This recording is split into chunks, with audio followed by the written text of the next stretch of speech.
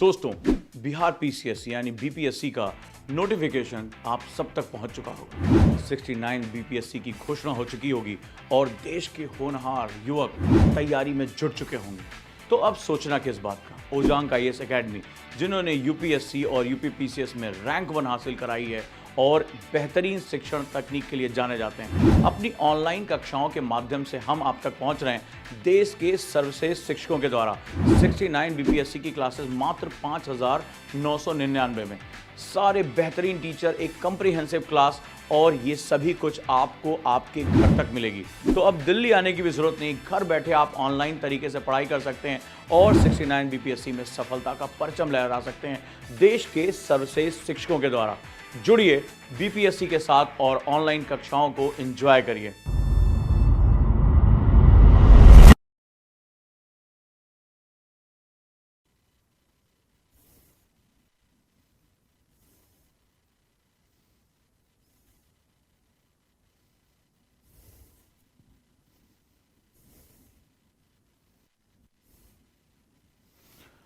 तो कल एक क्वेश्चन किया था, चलिए सबसे पहले इस क्वेश्चन को बड़े ध्यान से करते हैं, देखते हैं आप लोगों ने कल क्लास को कितने अच्छे तरीके से पढ़ा, कितने अच्छे तरीके से जानने की कोशिश की। Let's start. रेडी? क्वेश्चन है, which of the following rivers does not belong to the सप्त सिंधु। कल मैंने सप्त सिंधु के बारे में मैप किया था। चलिए जल्दी से देखते हैं कौन ओजांकियन जो है वो तैयार है। कल की क्लास में, कल की मैपिंग में उसने बहुत ध्यान से किया था। Let's start. निम्नलिखित में से कौन सी नदी सप्त सिंधु से संबंधित नहीं है? नहीं है, राइट। सो आंसर देखिए आप, कौन कौन सा आंसर हो सकता है, क्या प्रॉस्पेरिटी है इसकी।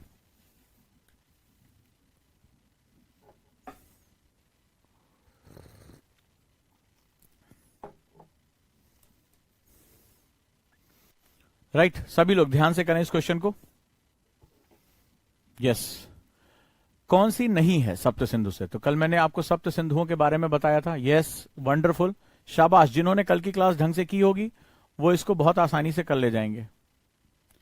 अगला है जो बहुत ही इंपॉर्टेंट है, कल मैंने कुछ टर्मिनोलॉजीज कराई थी, पॉलिटिकल टर्मिनोलॉजीज, उसके बारे में बात करते हैं।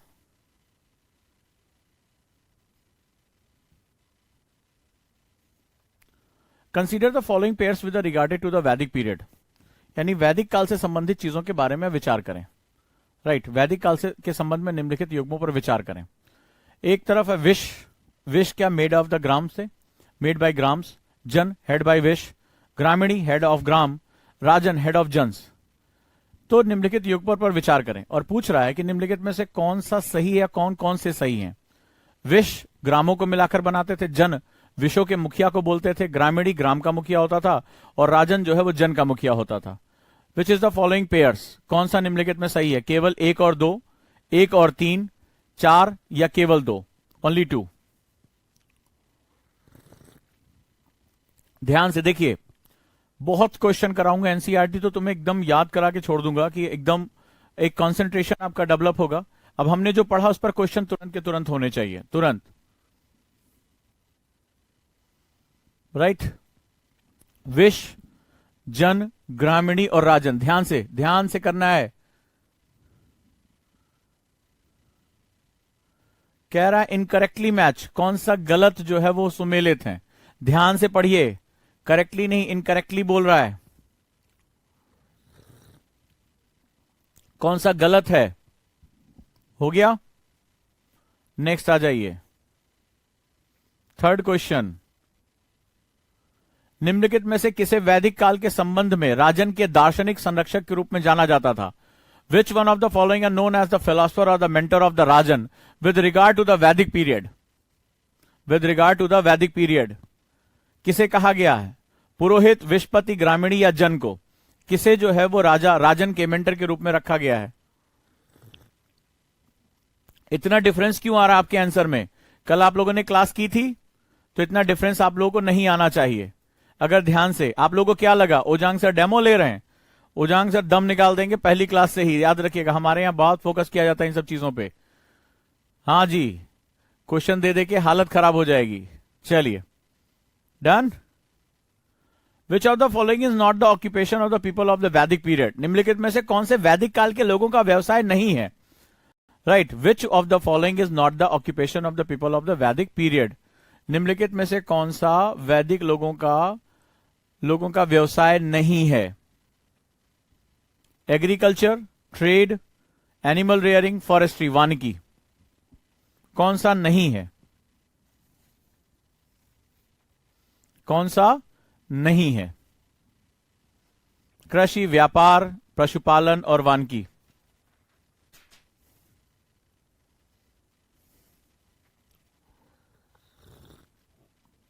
फिर से क्वेश्चन पढ़ लें ध्यान से, कंफ्यूजन नहीं होना चाहिए।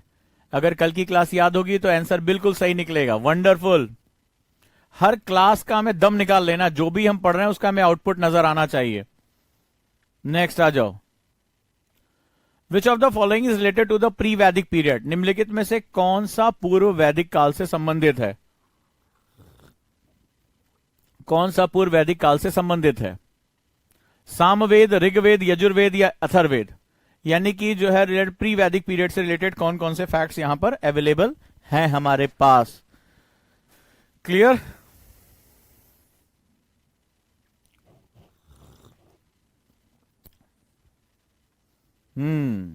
डन? बताएं, यस, नो, कुछ तो बताइए। हां सर, हो गया। गुड।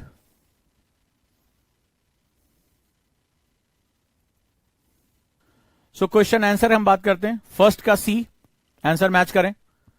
फर्स्ट का सी, सेकंड का डी,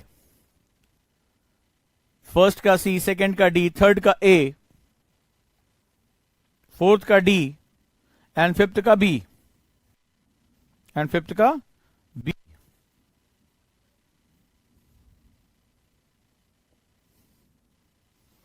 फर्स्ट का सी, फर्स्ट का सी, सेकंड का डी, जो सेकंड है उसका डी है, थर्ड का ए, फोर्थ का डी और फिफ्थ का बी। कितने 5 आउट ऑफ 5 हैं? पहले बताएं कितने। शाबाश, वेरी गुड, वंडरफुल, बहुत बढ़िया। परसों जब मैंने कल टेस्ट लिया तो फोकस किया कि आप क्लास पे फोकस करें।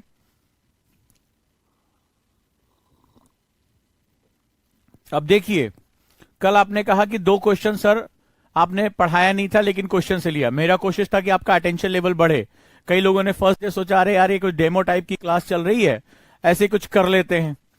फिर जब कल ध्यान दिया, अब आप देखिए कि सारे के सारे क्वेश्चन आपके आज के सेगमेंट से आए हुए हैं। तो उन सभी को सबसे पहले बधाई जिनके 5 आउट ऑफ 5 हैं। वंडरफुल। चलिए, जिनके 5 में से 4 हैं ठीक ठाक है, कंसंट्रेशन में थोड़ा ध्यान है, और जिनके 4 से कम है वो बहुत सीरियसली ध्यान दें। मैं बहुत रिक्वेस्ट कर रहा हूं, उनके लिए आगे रास्ते बहुत कठिन होने जा रहे हैं। 24 घंटे हो रहा है एग्जैक्टली, आज से 24 घंटे पहले मैंने आपको ये टॉपिक पढ़ाया और आज मैंने सारे के सारे नोट्स से दिए। अगर आप टीचर के नोट्स को रिसाइट नहीं कर पा रहे, सिंपल सी चीजें, अभी तो बहुत सी कॉम्प्लेक्स चीजें आएंगी, ठीक है, तो वहां पर आप कुछ भी नहीं कर पाएंगे। आपके लिए बहुत दिक्कतें होती चली जाएंगी और वो समस्या आपकी बढ़ती चली जाएगी। So you have to identify, अगर आपके 4 से कम मार्क्स हैं, 3, 2, 1, वो सभी बहुत फोकस हैं कि आप क्लास में फोकस नहीं कर पा रहे हैं। अंडरस्टैंडिंग यानी आपको केवल रिसाइट रटने की आदत है और आप इस रटने के माध्यम से यूपीएससी को क्रैक नहीं कर पाएंगे। मैं पहले बता दे रहा हूं, यूपीएससी में 3 आयाम चाहिए। पहला बीटीएल यानी बिटवीन द लाइन, अंडरस्टैंडिंग करते हुए। दूसरा इंटरडिसिप्लिन यानी आपस में जोड़ते हुए। तीसरा ऐसे स्मार्ट नोट इसको क्विक रिवाइज कर सके। आप अगर रिवीजन नहीं करेंगे तो कभी भी आपके मार्क्स नहीं आएंगे। अगर आप अभी भी देखें तो सभी लोगों से मेरा निवेदन है कि आप कोशिश करिए कि आप किसी भी तरीके से आप जो है वो अपने मार्क्स बढ़ाइए। जिनके भी मार्क्स कम है वो सभी बिल्कुल चिंता में आ जाएं कि बहुत ही ज्यादा दिक्कत आने वाली है और अपने बारे में सोचना शुरू करें, यार मैं क्या पढ़ रहा हूं, रिक्वायरमेंट क्या कह रहा है। ठीक है, डन।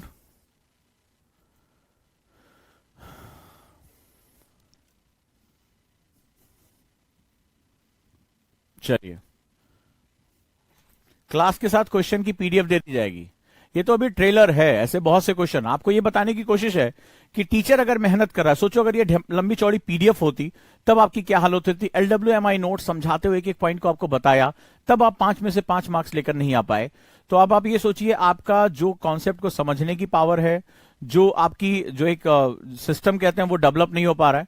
इस पर आपको बहुत फोकस करने की जरूरत है। मैं ये ध्यान दिलाना चाहता हूं कि पढ़ना एक अलग बात होती है, पढ़कर सीखना एक अलग बात होती है, सीख कर क्वेश्चन करना एक बिल्कुल ही अलग बात होती है। ये सारी रिक्वायरमेंट यूपीएससी जो है वो आपको देता है। Done. Now let's move to the our topic. हम अपने टॉपिक पर चलते हैं। तो दोस्तों, ये रहा आपके लिए पहला झटका। आइए वापस चलते हैं और हम अब पहुंचते हैं अपने उस काम पर।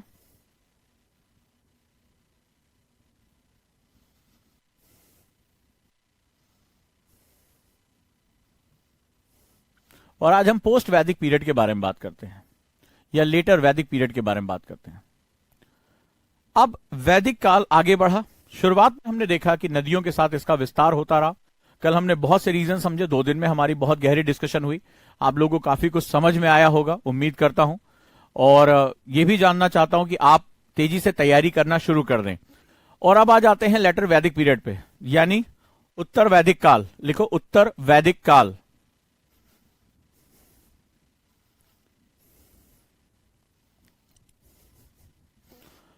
जो पूर्व वैदिक काल था, यानी अर्लियर जो वैदिक पीरियड था, उसमें हमने देखा जो जन, जिसका राजा, जो इसका अधिपति जो होता था, वो बेसिकली राजन कहलाता था। वो सबसे बड़ी राजनीतिक इकाई यानी पॉलिटिकल यूनिट थी, जो सबसे बड़ा एरिया था।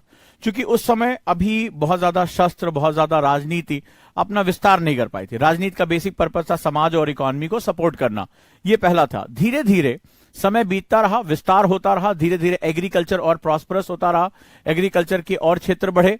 धीरे धीरे जो है वो इन आर्यों ने बाकी बड़े हिस्से में, काफी बड़े हिस्से में अपना विस्तार करना प्रारंभ कर दिया। काफी बड़े हिस्से में अपना विस्तार करना प्रारंभ कर दिया।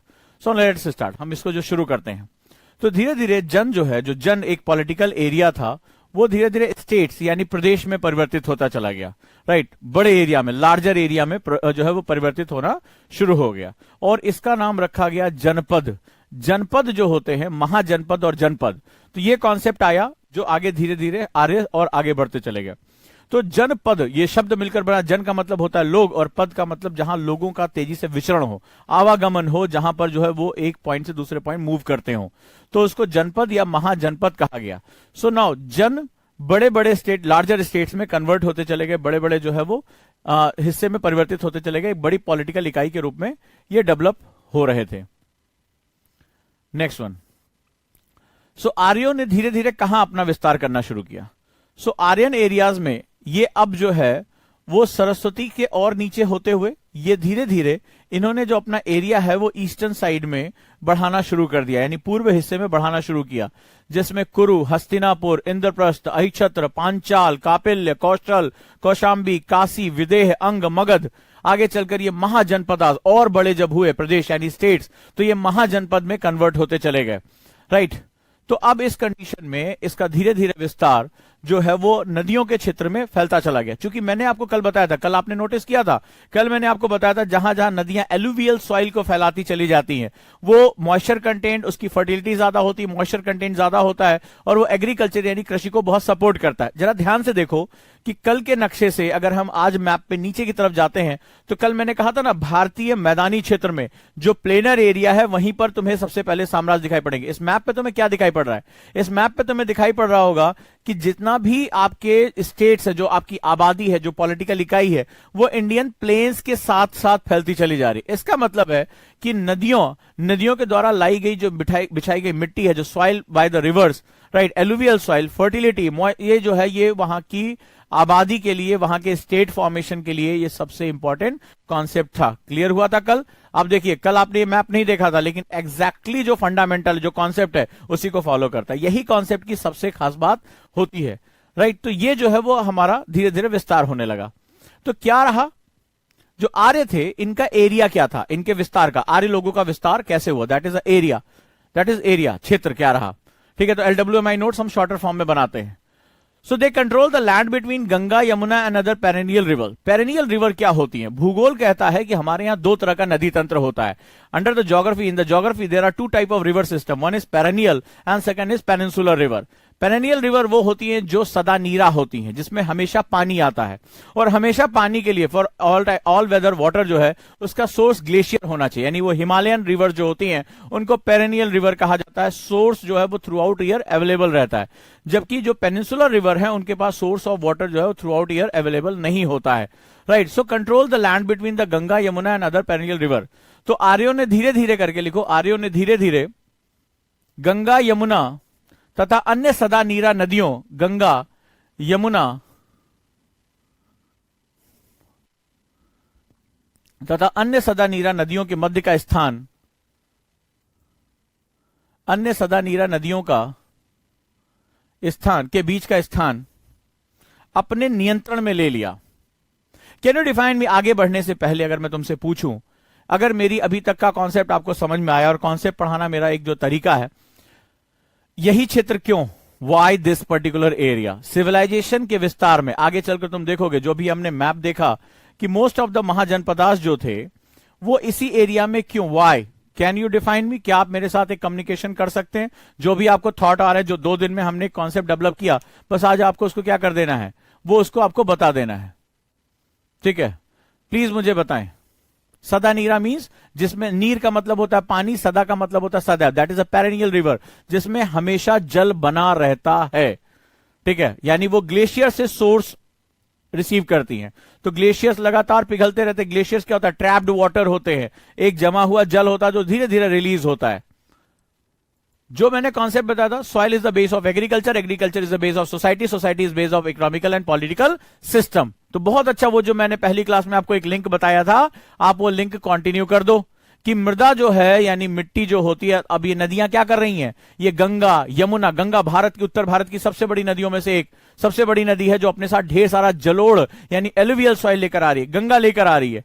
और अन्य सदा नीरा नदियां जो ग्लेशियर से पानी ले रही हैं, वो लगातार क्या कर रही है, एलुवियल सॉइल बिछा रही है।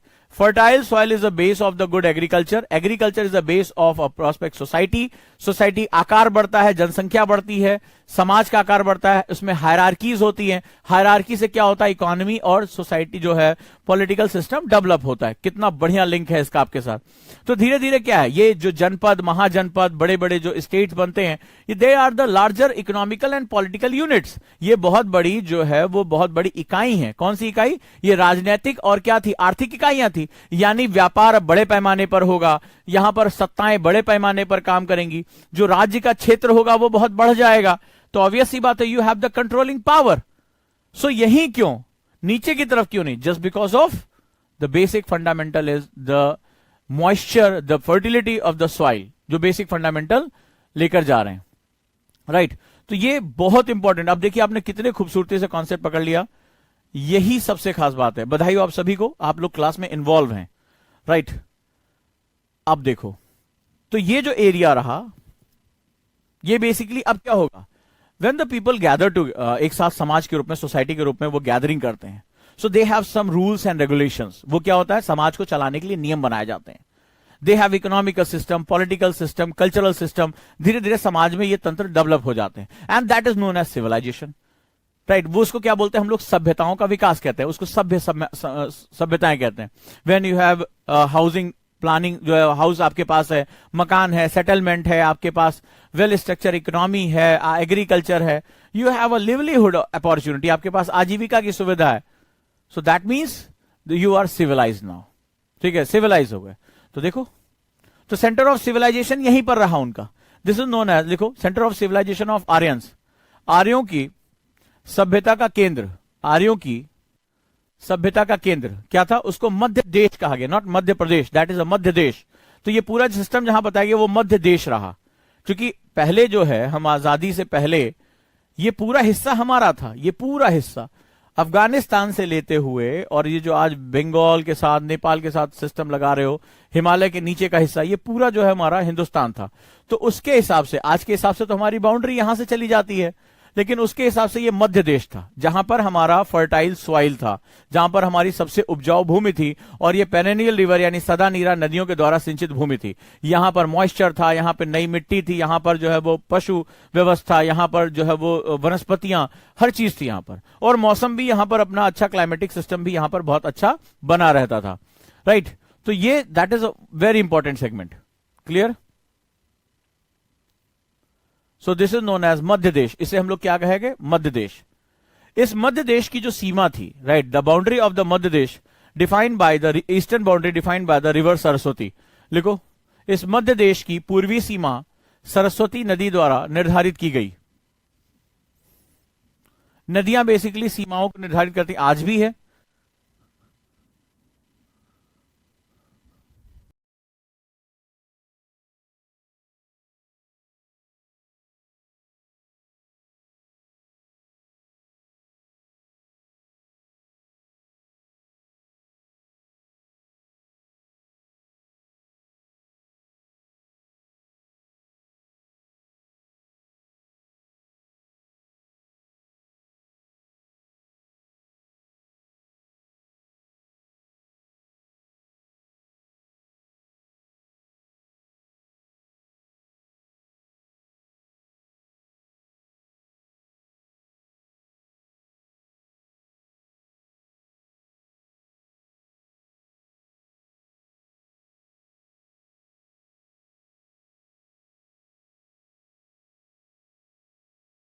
दोस्तों, बिहार पीसीएससी यानी बीपीएससी का नोटिफिकेशन आप सब तक पहुंच चुका होगा। 69 बीपीएससी की घोषणा हो चुकी होगी और देश के होनहार युवक तैयारी में जुट चुके होंगे।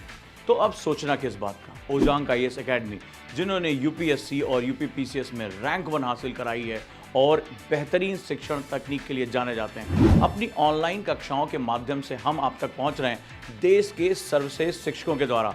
69 बीपीएससी की क्लासेस मात्र 5,999 में, सारे बेहतरीन टीचर, एक कम्प्रिहेंसिव क्लास, और ये सभी कुछ आपको आपके घर तक मिलेगी। तो अब दिल्ली आने की भी जरूरत नहीं, घर बैठे आप ऑनलाइन तरीके से पढ़ाई कर सकते हैं और 69 बीपीएससी में सफलता का परचम लहरा सकते हैं देश के सर्वश्रेष्ठ शिक्षकों के द्वारा। जुड़िए बीपीएससी के साथ और ऑनलाइन कक्षाओं को